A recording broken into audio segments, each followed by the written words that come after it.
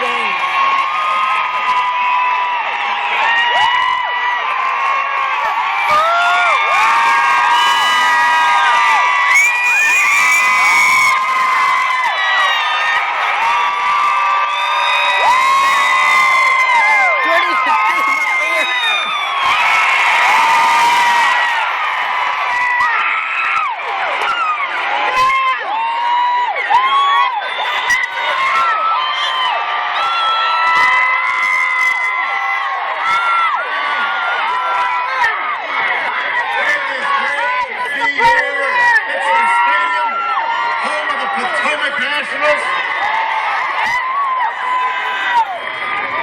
I want to congratulate the Washington Nationals for bringing playoff baseball to D.C.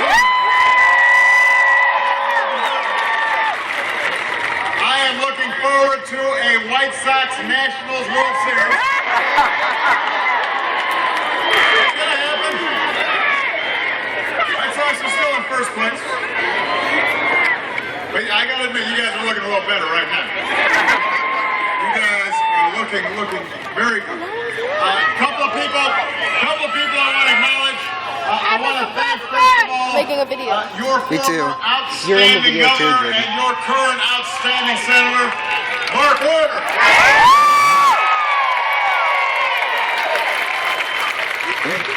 I also want to thank your congressman, Jerry Connolly, for being.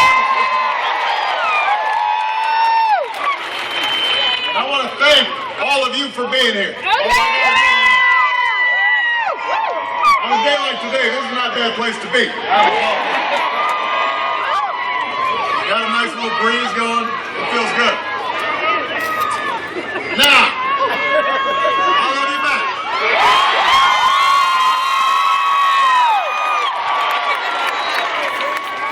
Now,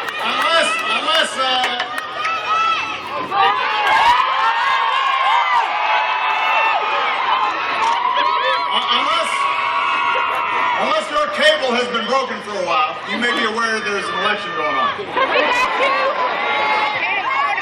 You know, I was told a story by my campaign manager. He was meeting with some folks, and there was a young couple there with a young son, maybe 3 or 4 years old, and the parents were really proud that he knew who I was, and they explained to my campaign manager and said, listen, he loves Barack Obama.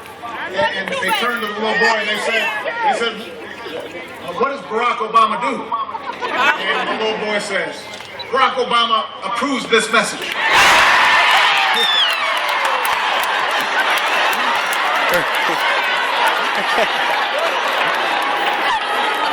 So you know it's election season. Yeah. That's what I do. I approve this message. And that's because in the coming weeks, you've got a very big choice to make. This is not a choice between two candidates or two parties. This is a choice between two different paths for America, two fundamentally different visions of our future. My opponents are big believers in top-down economics. Don't move. Vote.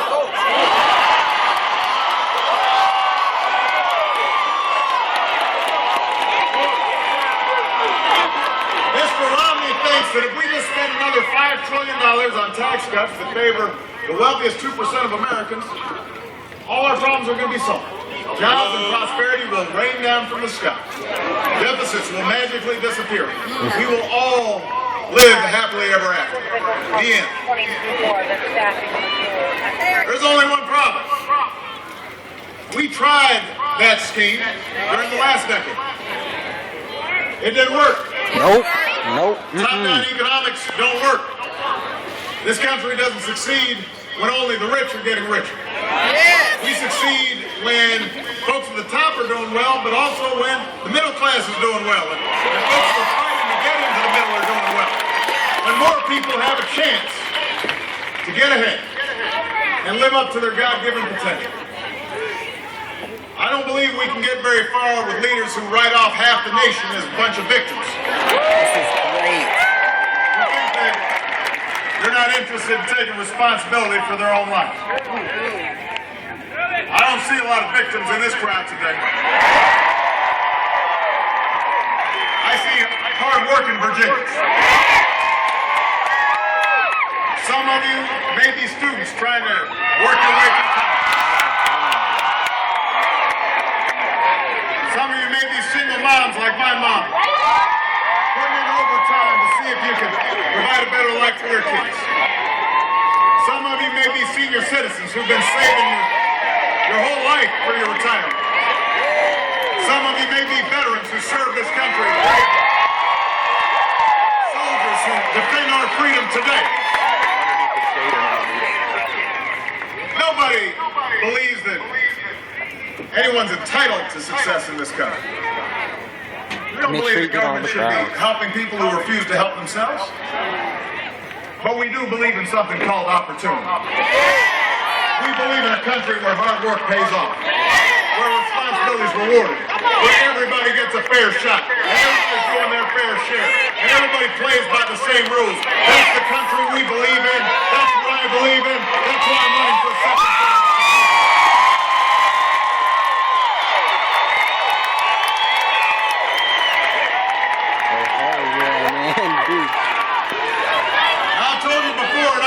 Again, the path I'm offering isn't not necessarily going to be quick or easy. Because the truth is, it's going to take more than a few years to solve challenges that built up over decades. But I can tell you this, Virginia, this is America. Our problems can be solved and our challenges can be met. We've got the best workers in the world. We've got the best business people and entrepreneurs in the world. We've got the best scientists and researchers in the world. We've got the best colleges and universities in the world. There's not a country on earth that wouldn't trade places with the United States of America. The path I'm offering may be harder, but it leads to a better place.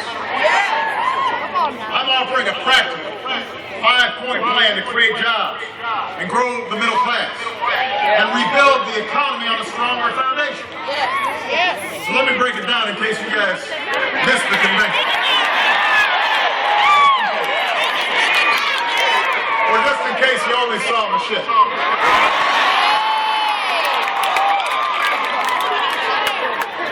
Number one, I want to export more products and outsource fewer jobs.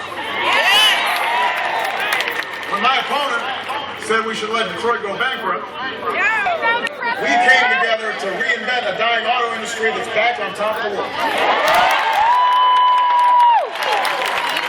In the last 2.5 years, we've created more than 500,000 new manufacturing jobs in this country. So now you have a choice.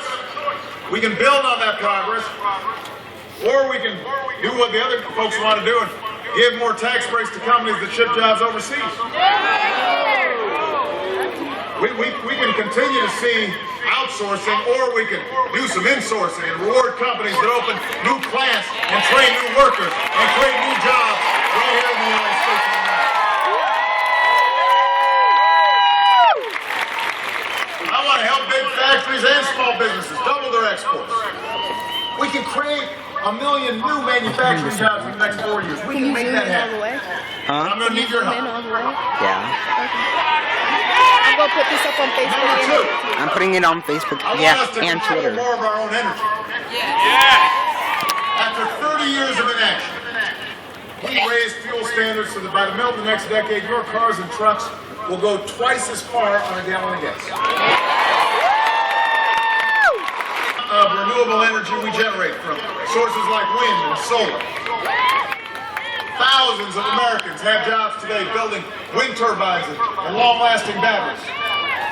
Today, the United States of America is less dependent on foreign oil than any time in nearly 2 decades. So now you've got a choice.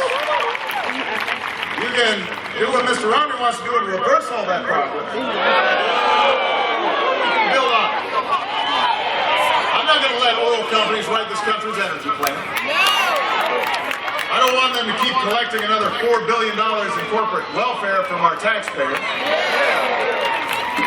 We've got a better plan where we keep investing in wind and solar and clean coal technology. And farmers and scientists harness new biofuels to power our cars and our trucks. Where we're putting more construction workers back to work. Retrofitting homes and factories so they waste less energy. We can develop nearly 100-year supply of natural gas that's right beneath our feet. And my plan would cut our oil imports in half by 2020 and support more than 600,000 new jobs in natural gas alone. And I'm going to need your help to make that happen.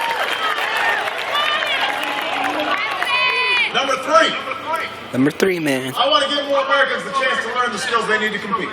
Now, Senator Warner said it well. We got to invest in our workforce. And education was the gateway of opportunity for me. It was the gateway of opportunity for Michelle. It's the gateway of opportunity for many of you. It's the gateway to a middle-class life. And we've already been working on this. So millions of students are right now paying less for college because we took on a system that was wasting billions of dollars to banks and lenders. We said, let's give it directly to students. But now you've got a choice. The other side, they want a gut education to pay for more tax breaks for the wealthy. I think that's the wrong way to go. I think we can decide that in the United States of America, no child should have her dream deferred because of an overcrowded classroom. No family should have to set aside a college acceptance letter because they didn't have the money. No company should have to look for workers in China because they couldn't find ones with the right skills right here in Virginia. So I'm asking you to help me recruit 100,000 math and science teachers in the next 10 years. Improve early childhood education. Let's give 2 million workers the chance to learn skills at community colleges for jobs that are hiring right now.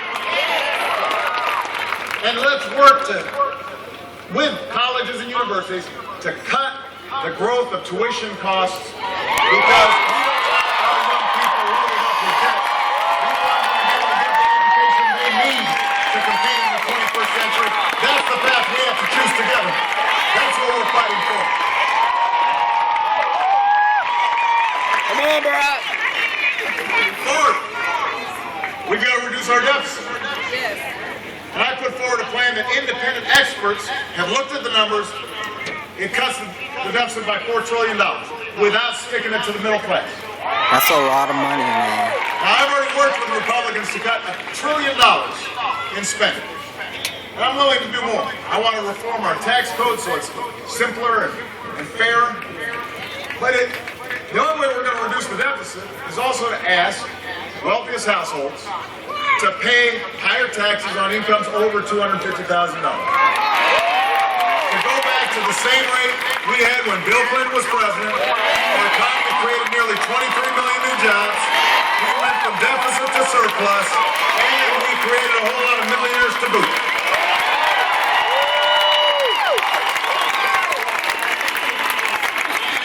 And understand the reason why I want to do this is because that's how an economy grows. You know, if we keep taxes low for middle-class families, if you've got a little more money in your pocket, what do? You spend it. Maybe you buy that new computer for your kid. Maybe you finally trade in that 10-year-old car you got. And that means that business now has more customers. And they're making more profits, which means they hire more workers. Everybody does better when we're growing together. Now, my opponent, he's got a plan too. But as President Clinton pointed out, there's no math in it. It's missing arithmetic. Last time we They did say arithmetic was a they long just time we ago. got to reduce our debt, reduce our deficit. You see their ads. Oh, we got to reduce our deficit. And then the first thing they want to do